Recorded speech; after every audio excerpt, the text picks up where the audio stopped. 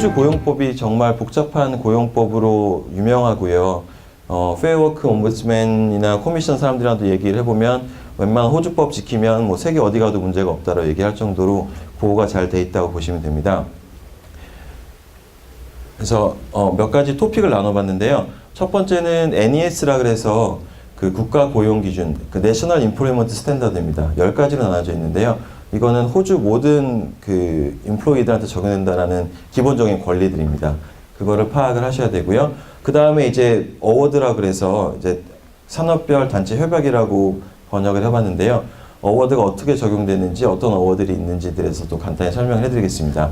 그 다음에 보통 계약 종료할 때 분쟁이 많이 생기더라고요. 그래서 계약 종료를 어떻게 하는 게 기본적으로 이제 NES 기준이 되어 있는데요. 그거에 대해서 설명을 드리고, 그 FWO랑 FWC는 페어 커미션이랑 페어 옴부ds맨입니다. 그 두 기관을 많이 헷갈려 하세요. 그래서 그거에 대한 차이점과 좀 하는 일이 다르거든요, 성격이. 그래서 그거를 설명을 드리고, 고용주 체크리스트는 제가 비자랑 한꺼번에 끝내고, 제가 보기에는 이제 비즈니스 세미나라는 이제 성격을 제가 알고 와서요. 비즈니스 하시는 분들께서 체크리스트를 간단하게 제가 만들었는데요. 그거를 참고하시면 될 것 같습니다. 우선 NES에서 설명해드리면요. 설명드렸듯이 이제 내셔널 임플로이먼트 스탠다드의 약자입니다. 그래서 다들 NES 이렇게 표현을 하거든요. 그래서 10가지인데 첫 번째는 그 38시간 기준 일하는 거 들어보셨을 거예요. 그래서 주에 38시간 일한다는 게 기본적인 이제 풀타임 기준인데요. 그 외에 추가 근무도 할 수 있다라는 게 권리로 나와 있습니다. 두 번째는 플렉시블 워킹 어레인지먼트라 그래서요. 플렉시빌리티를 요청할 수 있는 권한이라고 권리라고 생각하시면 됩니다. 그래서 직원이 필요에 따라서 일하는 시간을 바꾸거나 할 요청을 할 수 있는 권리가 있다. 무조건 해줘야 된다는 고용주의 의무는 아니고요. 물어볼 수 있다는 권리가 있다는 게 중요합니다. 세 번째는 그 육아휴가죠. 네, 그래서 뭐 페런트 리브 아니면 매터니티 리브라고 하는데요. 12개월까지 무급으로 갈 수 있다는 건 기본 권리입니다. 갔다가 돌아왔을 때 자리가 있어야 되는 거죠. 네, 그리고 추가로 12개월 또 요청할 수 있는 권리가 있습니다. 무조건 받아들여야 되는 건 물론 아니고요. 권리들을 말씀을 드리고 있는 거고요. 네 번째는 유급 연차 4주간, 이거는 애뉴얼 리브입니다. 다들 아시는. 그래서 애뉴얼 리브 같은 경우에는 38시간 기준으로 계산했을 때 4주라고 생각하시면 되고요. 만약에 파트타임으로 38시간 일을 하지 않으시는 분들 같은 경우에는 근무 기간에 비례해서, 시간에 비례해서 네, 그 적용이 된다라고 이해를 하고 계시면 됩니다. 그 다음에 다섯 번째는 sickleave입니다. 그래서 요즘에 이제 personal 아니면 careless leave로 표현이 바뀌었는데요. sickleave에서 네, 매년 열흘까지 이거는 주게 돼 있습니다. 이것 또한 근무 기간에 비례가 되고요. 그 외에 혹시 뭐 심각한 질병이나 사망 등 일이 생겼을 경우에는 compassionate leave라 그래서 이틀 또 추가의 유급 휴가가 주어지게 됩니다. 네, 이거는 다 기본 권리들이고요. 그 다음에 여섯 번째는 뭐 배심원 직무, 뭐 비상사태, 자연재해, 복구 활동 이런 거는 커뮤니티 리브라고 생각하시면 돼요. 커뮤니티 서비스 리브라 그래서 만약에 배심원, 시민권 있으신 분들 같은 경우에는 배심원 오라고 연락 받으신 적이 있으실 거예요. 그걸 받았을 때는 고용주한테 알리면 이 리브를 갈 수 있게 합니다. 네, 그게 권리고요, 기본적인. 그 다음에 일곱 번째는 장기 근속 휴가는 롱 서비스 리브입니다. 그래서 10년 일하셨을 경우에 2달의 그 롱 서비스 리브가 나옵니다. 법적으로 보장이 되어 있는 거고요. 그 권리를 말씀드리는 거고, 여덟 번째는 공휴일 퍼블릭 홀리데이죠. 그래서 퍼블릭 홀리데이 때 일을 안 할 수 있고 일을 하게 되면 그거에 대한 추가 페이를 받아야 된다는 간단한 내용이고요. 그 다음에 아홉 번째는 그 고용 그 종결에 대한 얘기인데요. 그래서 터미네이션 노티스 제가 이따가 그 해고에 대해 설명을 드릴 때 좀 더 자세하게 알려드리겠지만, 뭐 최소 몇 주 노티스를 받아야 된다는 것들. 그리고 그 퇴직 수당 같은 경우에는 따로 정해져 있는 건 아닌데요. 리던던시를 당하게 되면, 정리해고를 다 하게 되면 받아야 된다는 또 금액이 나와 있습니다. 그래서 그거를 말하는 거고요. 마지막은 그 새로 직원을 채용하셨을 때 Fair Work Information Statement라는 안내문을 주셔야 합니다. 그리고 그걸 받을 권리가 있다라는 게 여기 NES에 포함되어 있습니다. 그래서 제가 이거를 Fair Work Information Statement 모르시는 분들이 많으세요. 그래서 여기에 아주 작지만 내용이 있는데요. 이거는 다 뭐 인터넷 서치를 하시면 금방 찾을 수 있습니다. 보시면 NES 그 여기가 10가지가 나와 있는 거고요. 그 외에 뭐 어워드 같은 설명도 있고, 네, 기본적으로 그 직원의 입장에서 알아야 되는 내용들이 포함되어 있습니다. 그래서 새로 직원을 고용하셨을 때 고용계약서를 보내면서 이거를 꼭 같이 첨부를 하셔야 됩니다. 네, 그 다음에 어워드로 넘어가면요. 네, 어워드 같은 경우에는 아마 많이 들어보신 분이 있으실 거예요. 지금은 이제 요즘 들어 특히 이슈가 많이 되고 있습니다. 그래서 어워드는 그 산업별로 근로자들이 종사하는 인더스트리에 따라서 적용되는 법이 따로 있다고 생각하시면 됩니다. 네, 그래서 보시면 이제 몇 가지 커먼 어워드를 써봤는데요. 네, 클리닝 서비스 어워드는 청소 용역이고 레스토랑 파스트푸드는 또 나눠져 있습니다. 네, 그리고 클럭스 프라이빗 섹터는 일반 사무직 생각하시면 되고요. 제너럴 리테일은 리테일 샵에서 일하는 소매업. 그 다음에 로열 트랜스포트 디스트리뷰션 어워드 같은 경우에는 운송업입니다. 그래서 이거는 제가 몇 가지만 적은 거라서 어워드가 굉장히 많기 때문에 사업을 하실 때 내가 일하는 비즈니스에 적용되는 어워드가 있는지 없는지 파악을 하시는 게 굉장히 중요합니다. 네. 그리고 어워드가 적용되는 거는 그 직책 이름에 따라서 적용이 되는 게 아니고요. 그 사람이 하는 일에 따라서 그게 결정이 되기 때문에 그 직원을 매니저로 부르면서 어워드 적용 안 된다라고 주장하시는 분들도 있거든요. 근데 그게 사실이 아니고요. 아무리 매니저더라도 사실상 하는 일이 어워드에 커버가 되면 어워드가 적용이 된다라고 보시면 됩니다. 그래서 꼭 비즈니스 하실 때 유의하셔야 되는 부분은 내가 아까 보여드렸던 NES 인포메이션 스테이트를 알고 있고 줬는지, 그 다음에 내가 일하고 있는 그 인더스트리가 해당이 되는 어워드가 있는지, 어워드를 맞게 지키고 있는지, 그것을 판단하는 게 가장 기본적입니다. 그래서 다들 고용계약서만 생각하시거든요. 고용계약서에서 내가 이 내용이 있으면 상관이 없지 않느냐. 제가 가장 많이 질문을 당했던 게 질문을 받았던 게 그런 거였거든요. 직원이랑 나랑 시간당 18불로 계약을 했는데 그게 페어워크에서 문제가 되는데 그게 왜 문제냐, 서로 다 오케이 했는데라고 많이 물어보시거든요. 그 이유는 이 구조 때문에 그럽니다. 이 가운데 있는 컨트랙트가 고용계약서라고 생각하시면 되고요. 그 위에 어워드가 있고 그 위에 NES가 있습니다. 그래서 고용계약서를 설사 양쪽 동의를 하셨더라도 어워드나 NES에 위반되는 내용이 있다면 법적 효력이 없습니다. 네, 그렇기 때문에 그래서 어워드 파악하는 게 굉장히 중요하고요. NES는 기본적인 거라서 당연히 다 지켜주셔야 되는 거고요. 그러면 콘트랙트가 왜 필요해라고 물어보시는 분도 있으세요. 근데 콘트랙트에는 물론 어워드에 포함되지 않는 기본적인 내용들을 또 담을 수 있기 때문에요. 예를 들면 프로베이션 피리어드라든지 기밀 유지 같은 것들, 지적 재산권, 그 다음에 일을 그만두게 되면 다른 동종업계 일을 못하게 한다라든지 이런 다른 기본적인 조건들을 넣을 수 있기 때문에요. 임플로이먼트 계약서는 당연히 쓰시는 게 맞고요. 대신 어워드를 항상 참고를 하시고 내용을 포함을 시키셔야 됩니다. 그 다음에 많이 문제되는 부분, 많이 헷갈리시는 분들이 고용주 분들께서 헷갈리는 부분이 그 타입 오브 임플로이먼트라고 해서요. 풀타임, 파타임, 캐주얼. 네, 이게 굉장히 헷갈리세요. 어떤 분들은 나는 풀타임 캐주얼이야 이런 분들도 있고요. 나 파타임 캐주얼이야 이런 분도 있는데요. 그런 건 없습니다. 셋 중에 하나입니다. 풀타임 아니면 파타임 아니면 캐주얼.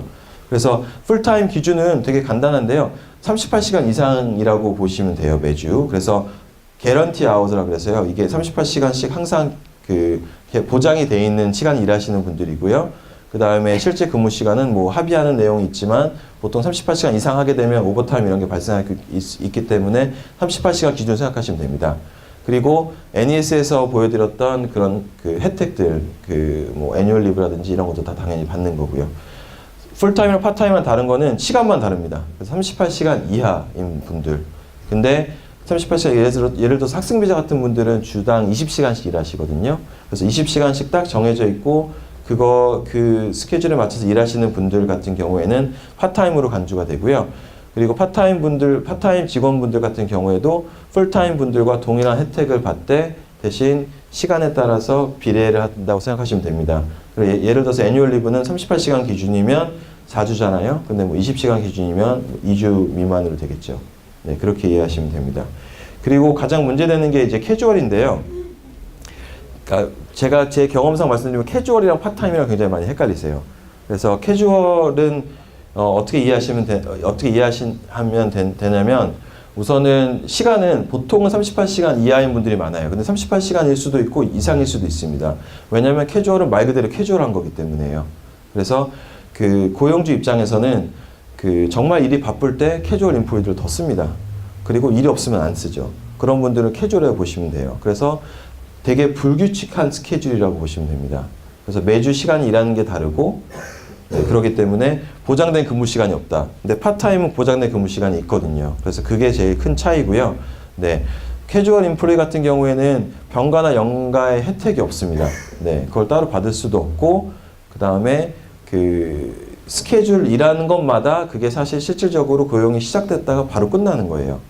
그렇기 때문에 그 노티스가 따로 필요 없습니다. 그만두는 게. 그래서 캐주얼 직원분들 같은 경우에는 일하고 내일부터는 안 나와도 내일부터 나오지 말라고 해도 상관이 없어요. 네. 근데 역으로 생각하면 직원도 마찬가지입니다. 난 캐주얼이면 제가 내일부터 안 나온다 그러면 그만이에요. 노티스 줄 필요가 없습니다. 그래서 그거를 그 차이점을 잘 이해를 하셔야 되고요. 그 다음에 캐주얼 인플로이들은 그렇게 고용이 바로 종료가 되기 때문에 부당해고나 이런 클레임을 할 수가 없습니다. unfair dismissal 클레임 이런 것도 들어보셨을 텐데요. 네, 그렇게 돼서 그런 걸 다 종합해 보면 고용주한테 되게 유리하다라고 볼 수가 있죠. 네, 그래서 그렇기 때문에 25% 로딩이 들어가는 겁니다. 네, 캐주얼 분들은 캐주얼 로딩이라 그래서 네, 원래 워드에 적용되는 급여보다 25% 높게 주게 되어 있습니다. 그래서 그게 이제 익스체인지 하는 거죠. 이런 다른 혜택이 없고 어떻게 보면 이제 안전 보장성이 없는 대신 더 급여를 더 높게 받아야 되는 법이라고 생각하시면 됩니다. 네. 그래서 그 세 가지를 네, 이해를 하시면 굉장히 중요하고요. 어워드랑 이거 세 가지만 이해하셔도 보통 페어워크랑 문제가 많이 안 되세요. 네. 그리고 최저임금에 대해서 설명을 드리려고 하는데요. 이게 어제 전까지의 최저임금입니다. 네. 그래서 어제 전까지는 18불 29센트였고요. 주당 694불 90센트라고 써 있는데요. 이게 단순히 38시간 기준으로 38로 나눈 겁니다. 그래서 세금 전이고요. 세 전이고요.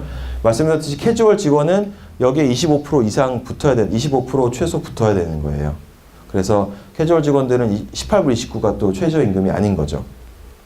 근데 어저께 이제 페어워크 커미션에서 결정을 내렸는데요. 이게 7월 1일부터 상향 조정이 됩니다. 그래서 이게 3.5%가 오르거든요.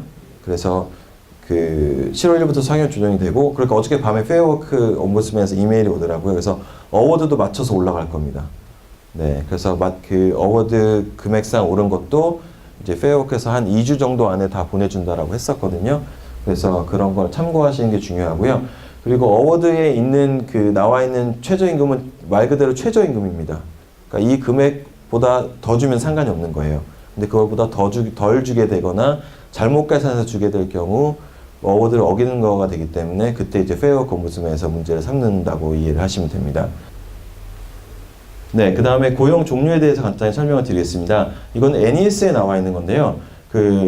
고용을 종료를 하시려면, 해고를 하시려면 고용주 입장에서는 근로자한테 서면으로 통보를 하셔야 됩니다.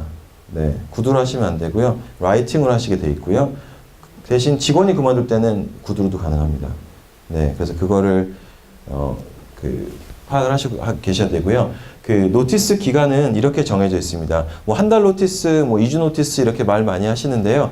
NES 기준만 따르시면 되고요. NES보다 적으면 안 됩니다, 당연히. 그래서 NES 기준 따른다라고 그냥 계약서에 쓰시게 되면 이 테이블이 적용된다고 생각하시면 돼요. 그래서 1년 이하 일한 직원은 1주 노티스만 주면 되는 거고요. 3년 이하는 2주, 5년 이하는 3주, 5년 이상은 4주입니다. 그래서 이게 최소 통보 기간이고요. 대신 직원이 45세 이상이고 고용주와 2년 이상 근무를 했다라고 하면 1주 노티스를 더 주게 되어 있습니다.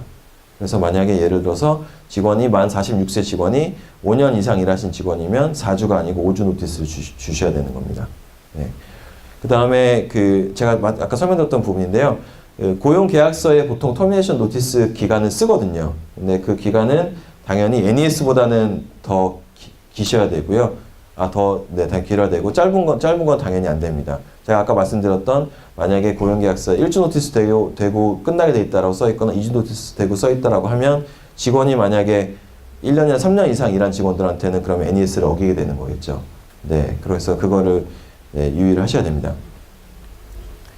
그 다음에 이제 페어워크 옴부드스맨이랑 페어 커미션에서 간단히 설명을 드릴게요. 이게 이제 로고가 다릅니다. 그래서 FWO가 있고 FWC가 있습니다. 그래서 FWO는 간단히 설명을 드리면 어워드나 이런 것들을 적용이 잘 됐는지 안 됐는지 약간 폴리싱을 하는 그런 기관을 생각하시면 되고요. 페어 커미션은 기본적인 법적인 것도 하고, 아까 미니멈 웨이지 올리는 것도 페어 커미션에서 결정을 내린 거거든요. 그 외에 부당해고나 이런 클레임들은 페어 커미션에서 다루게 됩니다. 그래서 양쪽이 달라서요. 고용주 입장에서 페어워크 옴부ds맨한테 연락을 받았다라고 하시면 어워드나 페이 문제가 있구나라고 생각하시면 되고요. 페어 커미션한테 연락을 받았다라고 하면 아 직원이 내가 뭐 부당해거나 불법 해고했구나라고 문제를 삼았다고 연락이 올 가능성이 높습니다. 그 두 가지 관계 헷갈리시거든요. 왜냐하면 저희가 그냥 페어워크라고만 하더라고요. 네, 페어워크 연락 받았다는데 그러면 저는 항상 여쭤보는 게 옴부ds맨인지 커미션인지 여쭤보거든요. 그래서 그거를 알고 계시는 게 중요합니다. 페어워크는 이제 강조하는 게 이제 중립적인 관점이라고 얘기를 하는데 많은 분들은 직원 편 드는 게 아니냐, 돈 받아주는 게 아니냐라고 생각을 많이 하시거든요. 근데 중립적인 관점이라고 볼 수 있는 이유는 페어워크 옴부ds맨 자체 내에서 고용주가 물어보면 다 대답을 해줍니다. 네, 어워드는 어떤 어워드가 맞는지, 내가 주고 있는 레이트가 맞는지 다 확인해주는 서비스가 있고요. 많이 사용을 안 해서 그런데 그래서 이거를 옴부ds맨에서도 많이 이제 알리려고 하고 있고요. 그 다음에 실질적으로 옴부ds맨이 그 직원한테 돈을 얼마 안 줬으니 주라라고 그 오더를 내릴 수는 없습니다. 그런 파워는 없고요. 그런 파워는 법원에서만 갖고 있습니다. 근데 이제 물론 옴부ds맨 같은 경우에는 이거를 주지 않으면 우리가 네가 법을 어긴 거 가지고 문제를 삼겠다라는 어프로치를 사용해서 이제 압박을 좀 가하는데요. 실질적으로 이렇게 정확히 따지면 네, 법의 그런 그 구속력이 있는 오더를 내릴 수는 없습니다. 제가 이게 흥미로워서 얼른 보여드리려고 하는데요. 제가 최근에 입수한 건데요. 페어워크 옴부ds맨에서 이제 그 카페랑 레스토랑 인더스트리가 가장 조금 문제가 많이 되는 인더스트리입니다. 그래서 나름 최근 2017년 9월 기준, 2015년부터 17년 기준인데요. 자료가 나왔습니다. 그래서 이거를 옴부ds맨 그 직원 통해서 받았는데요. 그래서 잠깐 제가 쉐어를 하려고 합니다. 그래서 분쟁 건수가 5,028건이더라고요. 그래서 전체의 분야에서 9.1%, 이 뜻은 옴부ds맨에서 하는 모든 내용 중에 9.1%는 카페나 레스토랑 관련된 분쟁이라고 생각하시면 됩니다. 네, 그렇게 생각하시면 되고요. 그 다음에 1000개 기준에서 157.6건이 되는 거고, 네, 전체 분야에서 65건이라고 보시면 되고요. 그래서 카페, 레스토랑이 거의 제일 크다고 보시면 되고요. 그 로케이션 같은 경우에는 네, 저희가 다행히 1등은 아닙니다. 네, 빅토리아가 31%고 저희가 26%로 되어 있습니다. 그리고 성별은 거의 비슷한 것 같고요. 네, 그리고 57, 43% 이렇게 돼 있는 것 같고요. 연령명 같은 경우에도 아무래도 이제 좀 젊은 연령이 많다라고 보시면 됩니다. 그리고 비자 같은 경우에도 워킹홀리데이 비자가 사실 제일 많고요. 네, 이렇게 나와 있습니다. 분쟁 사유는 역시나 제일 큰 거는 언더페이먼트입니다. 아울리 레이트를 적게 준 거. 네, 시간당 뭐 그 레이트가 정해져 있는 것보다 더 낮게, 뭐 아까 18불 29센트인데 그건 굉장히 제일 낮은 인트로덕터리 레벨이거든요. 그거 맞춰서 올라가는데 뭐 17불, 16불, 15불 이렇게 준 거에 대한 걸 거고요. 그 다음에 이제 이거는 오버타임 같은 걸 생각하시면 되고, 위켄드에서 일했던 페널티 레이트, 그 다음에 휴가에 대한 거 안 온 거, 그 다음에 공휴일이란 것들, 이런 것들이 제일 네, 톱 5라고 보시면 되고요. 그 직종별로는 이제 그 웨이트 스타프가 네, 홀 서빙하는 직원이 26.6%고요. 셰프, 바리스타, 쿡, 키친핸드 이렇게 나눕니다. 네, 이렇게 보시면 됩니다. 네, 그래서 이제 그 제일 흥미로운 거는 페어워크 옴부ds맨이 어떤 액션을 취하냐를 굉장히 많이 궁금해하시거든요. 근데 아까 보셨지만 거의 5,000건이 있었는데요. 실질적으로 페어워크가 액션을 취하는 거는 4가지 방법이 있습니다. 5가지인데요. 4개 나머지 그 5번째는 다음 슬라이드에 있는데요. 첫 번째는 컴플라이언스 노티스라고 해서 노티스를 보내서 이거를 페이하라고 그냥 아예 오더처럼 내립니다. 그걸 안 하게 되면 그 다음에 옴부ds맨이 뭘 할지 결정하겠다라 해서 컴플라이언스 노티스가 오고요. 그게 거의 뭐 40건, 29건, 15건 좀 내려가는 경향이 있는데 이거는 아직 9월 기준이니까 다 안 끝났다고 보시면 되고요. 그 다음에 인프린지먼트 노티스는 약간 파인 개념입니다. 그래서 벌금 내는 거. 네, 그래서 벌금은 꽤 숫자가 더 많죠. 그래서 이렇게 보시면 되고요. Letters of Caution은 이제 약간 경고장인데요. 이거는 또 이런 일이 있으면 우리가 다음은 소송으로 가겠다는 거예요. 네, 옴부ds맨이 소송이라고 하면 그 벌금 내게 하는 네, 그런 생각하시면 되고요. 네, Enforceable Undertaking은 어떤 행동을 하겠다라고 고용주가 동의를 하고 그걸 사인을 합니다. 그래서 이렇게 하겠다라고 뭐 오디팅을 받거나 뭐 트레이닝을 받거나 돈을 내겠다라고 약속하는 문서예요. 그래서 이걸 어기게 되면 네, 옴부ds맨이 또 문제 삼는 거고요. 마지막이 소송인데요. 소송건 같은 경우에는 실질적으로 그렇게 많지는 않습니다. 생각보다. 네. 그래서 네, 2015, 16, 7건, 11건, 그 다음에 10건인데요. 이거는 뭐 9월까지 기준이니까 사실 숫자는 올라가고 있는 기준이라고 보시면 되는데요. 퍼센티지로 보면 굉장히 낮다고 보시면 됩니다. 네. 옆에 있는 거는 헷갈리실 수 있는데 이거는 전체 소송건에 이게 몇 퍼센트인지 나와 있는 거고요. 총 5천 몇 건에서 이 정도 건만 소송이 간다라고 생각하시면 돼서 실질적으로 이것들을 거친 그 문제됐던 그 고용주한테 이렇게 가는 경우가 되게 많습니다. 네. 그래서 네, 이거를 만약에 안 받으시면 좋겠지만 연락 받으시면 어떻게 되는 건지를 대충 알고 계시면 좋을 것 같아요. 그리고 페어 커미션은 시간이 제가 없어서요. 그 부당해고 관련돼서 하는 기관인데요. 네, 부당해고 과정을 봅니다. 그래서 무조건 경고 몇 번 주고 그 다음에 해고되면 된다라고 이해하시는데 그렇게 간단하진 않습니다. 그래서 경고를 주고 답변할 기회를 줬고 그거를 고칠 기회를 줬는지 등을 여러 가지를 보고 네, 그 판단을 하고요. 그다음 중요한 거는 그 직원 입장에서는 그 해고되고 나서 21일 안에 해야 되고요. 그다음에 최소 근무 기간을 지켰어야 됩니다. 그래서 정말 21일 안 지나고 나서 신청하면 커미션에서 어차피 받아주긴 하지만 고용주가 쉽게 디펜스를 할 수 있고요. 그게 아니라고 하면 최소 근무 기간을 6개월도 일하지 않은 직원들 같은 경우에 당연히 부당 해고 신청을 못 합니다.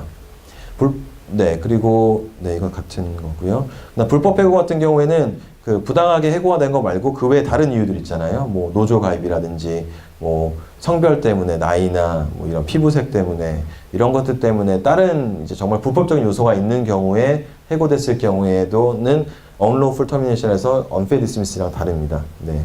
이것 또한 21일 내에 신청이 들어가야 됩니다. 네, 그리고 워크 비자에서 제가 정말 간단히 설명을 드릴게요. 그 TSS 비자를 하려다가 생각을 해보니까 그 다른 비자, 그러니까 일할 수 있는 비자들 컨디션들을 궁금해하실 것 같고 TSS 비자를 들어가기 시작하면 너무 복잡해져가지고요. 제가 간단하게 일할 수 있는 비자들을 적어봤습니다. 그래서 고용주 입장에서 아마 이 영주권 외에 뭐 밑에 ENS, RSMS는 결국은 영주권인데요. 이 비자들을 가진 분들을 고용할 수 있으실 것 같아서 제가 이렇게 정리를 했고요. 워킹홀리데이 비자는 다 아시겠지만 6개월 이상 근무가 금지되어 있습니다. 대신 필요시 요청을 하실 수는 있어요. 이민성에서 6개월 이상 더 일하고 싶다라고 해서 받아들이게 되면 가능하고요. 요즘에 조금 바뀌었다기보다는 좀 클리어가 된 게 동일 업체 6개월 이상 일했더라도 다른 지점에서는 일이 또 가능합니다. 네. 대신 동일 업체에서 다른 업무 한다라고 해서 그거는 불가능한 거고요. 네, 그거를 인지하시면 되고요. 세컨 비자 받으시면 다시 돌아가셔서 6개월 더 일하실 수 있습니다. 네. 그래서 그게 워킹홀리데이 비자분의 그 일하시는 컨디션이고요. 학생 비자는 다들 알고 계시겠지만 주 20시간 알고 계시잖아요. 근데 2주에 40시간이 사실 맞는 표현입니다. 네, 2주에 40시간이고 그 다음에 풀타임 하는 과정 공부하는 분들한테만 가능하고요. 컨디션 같은 경우에는 이제 학업 시작하기 전에는 일을 할 수 없습니다. 학생비자 신청하고 학교 시작하기 전에 좀 갭이 있거든요. 그때는 일 못하게 돼 있고요. 학기 중에 40시간 이상 안 되고 2주간 네, 그 다음에 그 디펜던트도 많이 물어보시잖아요. 학생들 같이 동반하신 분도 거의 똑같게 적용이 됩니다. 대신 석사 이상의 그 과정은 또 다른 컨디션이 적용되기 때문에 그건 확인을 하셔야 됩니다. 이거는 제가 그 40시간 보여드리려고 하는데요.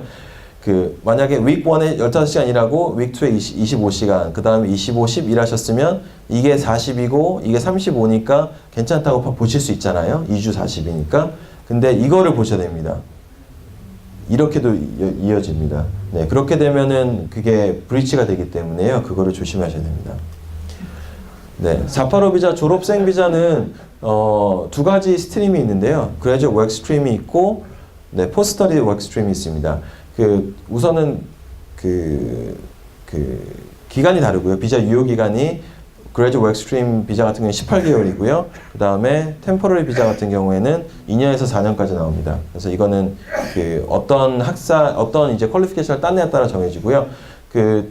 신청 조건이 다른 거는 시작 날짜입니다. 학생 비자 처음 받으셨던 시작 날짜가 2011년 11월 5일 이후면 이 스트림으로 신청이 가능하고요. 그 전에 학생 비자를 받으신 기록이 있다라고 하면 이 스트림으로 신청을 하셔야 됩니다. 자격 요건은 제가 특별히 설명을 시간상 안 드리도록 하고요. 그 TSS 비자에서 좀 간단히 정리를 해드리면요. 457 TSS 굉장히 이제 혼란이 많았고, 네, 그래서 저희가 좀 정리를 해봤는데요. 바뀐 점을 간단히 설명드리면 우선 영어 같은 경우에는 기존 457 비자는 이제 오버롤 5.0이었거든요. IELTS가. 근데 482 비자, TSS 비자는 두 개로 나눴잖아요. 그 단기랑 중장기로. 그래서 그 중장기 같은 경우는 이치밴드 5.0이 됐고요. 단기는 그대로 유지가 됐다고 보시면 됩니다. 그리고 제일 큰 다른 점이 바로 이 부분입니다. 워크 익스피리언스인데요. 네, 457 비자 같은 경우에는 만약에 충분한 학력이 있다라고 하면 경력이 필요 없었습니다. 근데 지금 이제 482 비자가 시작되는데요.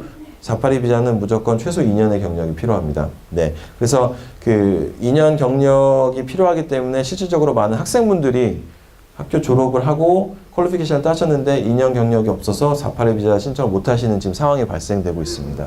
그래서 학생 비자 신청 수도 실질적으로 줄었고요. 네, 그래서 이게 지금 문제가 되고 있는데요. 좀 더 지켜봐야 될 것 같고요. 그 외에 다른 것들은 다 아시는 것 같아서 네, 요것만 제가 보기에는 중점적으로 생각하시면 될 것 같습니다. 네, 그리고 아까 설명드렸듯이 이제 제일 이슈되는 게 이거고요. 풀타임 기준 최근 5년 이내에 2년 이상 사전 경력입니다. 네, 그리고 중요한 게 동일한 스킬 레벨인데요. 많은 분들이 물어보시는 게 내가 예를 들어서 회계 공부를 하면서 회계 사무실에서 일을 한 거를 인정이 되냐라고 물어보시는데 인정이 안 되는 이유가 졸업을 아직 안 하셨기 때문에 아직 스킬 레벨이 안 맞는다고 이민서에서 판단을 합니다. 네, 그래서 그게 지금 좀 애매한 부분이고요. 네, 영어 제가 설명드렸고 STSOL이 단기 리스트고 MLTSSL이 그 중장기 리스트입니다. 네, 그리고 다른 특별한 거는 네, 넘어가도 될 것 같고요. 네, 이것도 제가 이제 저희가 업군을 해서 나눈 거니까요. 우선은 이 비자를 신청하시고 싶으시거나 고용주 입장에서 스폰서를 하시고 싶으시면 어느 그 직업군이 맞는지를 확인을 하셔서 직원들한테 이러이러한 기본 조건들이 필요하다라고 알려주시면 됩니다. 물론 이제 직원분들께서 더 많이 알고 오시는 분들도 많은데요. 네, 이렇게 생각하시면 되고요. 그 다음에 186 비자는 ENS 비자입니다. 그래서 이 영주권으로 가는 비자인데요. 영주권, ENS 비자가 나오면 영주권 나오는 거죠. 그래서 그 이것도 두 가지 스트림이 있는데요. 이제 457, 이제 48이지만 457, 481을 거쳐서 신청을 하시려면 예전에는 2년을 근무하시고 나면 조건이 됐는데요. 그게 3년으로 늘어났습니다. 네, 3년이 들어갔고요. 그 다음에 직업군이 그 중장기 리스트에 있어야 됩니다. 네, 그게 좀 어려워진 거고요. 나이도 하향 조정돼서 원래 만 50세에서 45세로 내려갔습니다. 신청 시에 중요한 거고요. 네, 신청만 그 전에 하시면 상관이 없습니다. 그리고 영어도 6.0이 이치밴드가 됐습니다. 그래서 실질적으로 영주권으로 가는 비자는 6.0이 그냥 기본으로 보시면 됩니다. 지금 최근 추세는. 네. 그리고 대신 이제 그 그레이스 피리어드처럼 왜냐면 갑자기 법이 바뀌었잖아요. 네, 텀블 총리가 이스터 위켄드 때 자기 페이스북으로 알렸거든요. 그래서 2017년 4월 18일 이전에 457 비자를 갖고 계시거나 신청하신 분들 같은 경우에는 트랜지션 어레인지먼트라 그래서 네, 이렇게 몇 가지 예외 사항을 줍니다. 대신 영어는 6.0입니다. 네, 5.0으로 됐었거든요, 전에는. 네. 그 다음에 다이렉트 엔트리는 바로 ENS로 들어가시는 분들인데요. 이분들 같은 경우에는 직업군 맞춰야 되고 나이, 기술심사가 필요해집니다. 기술심사는 그 해당 직업군마다 다르다고 보시면 되는데요. 그 기술심사를 하는 기관이. 그래서 그 기관에서 이민성이 아닌 다른 기관입니다. 거기서 기술심사를 통과를 하셔야 되고요. 영어 점수도 네, 6.0으로 생각하시면 됩니다. 기준으로. 187 비자는 이제 RSMS, 지방에서 신청할 수 있는 지방 지역에서 할 수 있는 건데요. 이것도 사실상 거의 ENS랑 비슷하다고 보시면 되고요. 거의 똑같고요. 대신 이제 직업군 리스트가 이 Regional Occupation 리스트라 그래서 조금 더 MLTSSL은 중장기 리스트는 정말 한정돼 있거든요. 그 직업군 리스트가. 대신 이제 ROL 같은 경우에는 조금 더 폭이 큽니다. 그래서 거의 많은 직업군들이 포함되어 있어서요. 아직 그 지방 지역에서는 스폰서를 하시려면 네, 비자를 스폰서 가능하신 그 기회가 더 많다라고 보시면 되고 직원 입장에서도 네, 리진을 나가게 되면 비자 스폰서를 받을 수 있는 가능성이 높아집니다. 아무래도 이제 인구가 부족해서 그러겠죠. 호주에서는 지방 지역에서. 그래서 간단히 설명을 드리면 리스트 확인은 중요한 게 좋고요. ROL 리스트도 확인해야 되는 게 빠진 것 같습니다. 그 다음에 기술 심사가 필요한 직업군들도 따로 정해져 있습니다. 그래서 그것도 또 확인하셔야 되고요. 그 다음에 Regional Certifying Body Approval은 그 지방 내 해당 그 정부 기관입니다. 그래서 거기에서 또 통과를 하셔야 돼요. 그래서 그 직업, 이 RCB라고 하는데요. RCB에서도 요구하는 조건이 또 다를 수가 있습니다. 그래서 그걸 또 확인하시고 그거를 통과하셔야 되고요. 그 다음에 이제 비자 신청과 노미네이션이 들어가면 187 비자가 나오게 됩니다. 네. 사실 이렇게 187 비자 하나만도 1시간이 가능한데요. 그래서 네, 양해 부탁드리겠습니다. 기본적인 것만 설명을 드리고요. 마지막으로 이제 고용주 체크리스트하고 제가 빨리 마치겠습니다. 이제 이 비즈니스 스타트업 빌드업 세미나라고 해서 이제 고용을 하시는 상황이 많이 발생할 것 같아서 제가 대충 정리를 해봤는데요. 제가 처음에 강조했던 이제 고용하셨을 때 이 직원이 풀타임이냐 파타임이냐 캐주얼이냐 이거는 명확히 알고 가셔야 돼요. 네. 왜냐하면 그거에 따라서 캐주얼 로딩을 줘야 되는지 아니면 리브나 이런 것들 계산해서 줘야 되는지가 파악이 되시니까요. 네. 그 다음에 두 번째는 되게 큰 이슈가 많이 되는데요. ABN으로 그 직원을 하여하시는 분들이 있으세요. 근데 이제 ABN 갖고 오라고 하는 사람도 있고 직원 입장에서는 ABN 갖고 오라고 하는데 괜찮냐고 물어보시는 분들이 많은데요. ABN을 하는 거면 독립적인 뭐랄까 직원이 아닌 걸로 이제 계약이 되는 거거든요. 그래서 직원이 아니기 때문에 직원한테 주어지는 뭐 혜택이라든지 이런 것들이 없어요. 그렇기 때문에 실제로 고용주분들께서 악용하시는 경우가 많습니다. 세금 문제도 그렇고요. GST 이런 것도 다 클레임이 가능하니까요. 근데 그렇게 되면 페어워크 액트 안에 이게 shame contracting, shame arrangement라고 아예 섹션이 따로 있고요. 이거는 페어워크 옴부dsman에서 가장 싫어하는 것 중에 하나입니다. 그러니까 직원인데 실질적으로 뭐 38시간 풀타임 일하고 하는 직원인데 ABN으로 계산하는 분들 있잖아요. 네, 그렇게 되면 발각이 되거나 아니면 직원이 나중에 아는 거죠. 아, 나 직원이었는데 애뉴얼 리브 내놓으세요라고 하면 고용주 입장에서 굉장히 네, 당혹스러운 상황이 발생할 수가 있습니다. 그래서 이거를 조심하셔야 되고요. 비자 상태 확인은 비보라고 해서 들어보신 분도 많을 거예요. 이민성 사이트에 비보가 있고요. 구글에 비보만 치면 이게 제일 먼저 뜹니다. 그러면 이 비보를 치시면 등록을 하시면 직원들 그 파스포트를 받으셔서 파스포트 넘버랑 디테일만 치면 비자가 나옵니다. 그럼 제가 아까 보여드렸던 그 비자들 중에 하나일 가능성이 매우 높은데요. 그러면 그 비자의 컨디션도 나오거든요. 그래서 그걸 어기고 있는지 없는지를 판단을 하셔야 되고요. 직원분들만 말만 믿으시면 안 돼요. 왜냐하면 고용주한테도 의무가 있습니다. 그래서 고용주한테도 이거를 비보 액세스를 주는 거고요. 네, 그래서 그거를 확인하시고 최소 6개월에 한 번씩 확인하시는 게 좋습니다. 비자가 또 바뀔 수 있으니까요. 네. 그다음에 뭐 차별 이런 건 기본적인 거라서 설명드릴 필요 없을 것 같고요. 기록 관리, 레코드 키핑 리퀘어먼트는 그 페어워크 액트상 모든 기록을 7년을 갖고 계셔야 돼요. 회계 그 자료랑 비슷한 회계도 아마 7년인 것 같은데요. 그 뜻은 뭐 만약에 로스터가 매주 로스터 나오는 비즈니스라고 하면 매주 로스터까지 킵을 하셔야 됩니다. 네. 그래서 7년을 킵을 안 하게 되면 나중에 문제가 생겼을 때 이거 가지고도 페어워크에서 문제를 많이 삼거든요. 옴부ds맨에서. 그래서 그걸 유의하시고요. 실질적으로 하드카피가 힘드시다라고 하면 뭐 스캔을 하든지 이런 방법을 많이 생각을 하셔야 될 것 같습니다. 그 다음에 웨이지랑 인타일먼트는 제가 설명드렸듯이 해당 어워드가 어떤 건지 꼭 확인하셔서 그 페이를 하시는 게 필수고요. 그 다음에 텍스 같은 경우에는 이거는 그걸 제가 설명드리려고 했어요. 현금으로 웨이지 페이하는 건 괜찮으세요. 근데 세금을 제하고 페이하셔야 됩니다. 네, 그러니까 현금 자체로 주는 거는 불법이 아니고요. 근데 물론 이제 영수증 받으셔야 아무래도 그 나중에 분쟁이 안 생기겠죠. 안 받았다고 할 수가 있으니까요. 근데 세금 공제를 안 하게 되면 ATO란 문제가 생기세요. 네, 그리고 그 텍스 파일 넘버가 없기 때문에 캐시를 줬다라고 하면 그러면은 맥시멈 레이트를 또 공제를 하셔야 되는 의무가 있거든요, 고용주로서. 그렇기 때문에 사실 캐시로 웨이지를 주는 게 의미가 많이 퇴색이 됐고요. 점점 더 힘들게 될 거예요. 그래서 네, 그거를 잘 생각하시고요. 연금 같은 경우에는 네, 페이를 하셔야 되고요. 그 월 450불 이상 있는 직원들한테 무조건 줘야 됩니다. 월 450불이면 굉장히 금액이 적기 때문에 거의 모든 직원들한테 적용이 된다라고 생각하시면 되고요. 마지막 슬라이드입니다. 죄송해요. 그 다음에 급여 대신에 뭐 숙식을 제공하거나 이런 것들에 대해서 그 급여에서 제외하시는 분들이 있으세요. 근데 제외하시면 안 되고요. 그러니까 이거를 그러니까 페이 하시건 페이를 하시고 그 다음에 받으시는 건 상관이 없습니다. 미리 제외하는 거는 문제가 될 수 있습니다. 네, 그래서 그거 조심하셔야 되고요.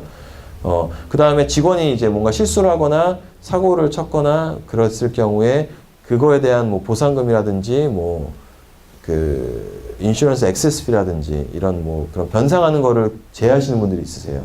네. 그것도 그렇게 하시면은 불법이고요. 그거는 해고 사유나 워닝을 줄 사유지 돈을 그렇다고 급여에서 뺄 수 있는 그건 법적인 건 없습니다. 네.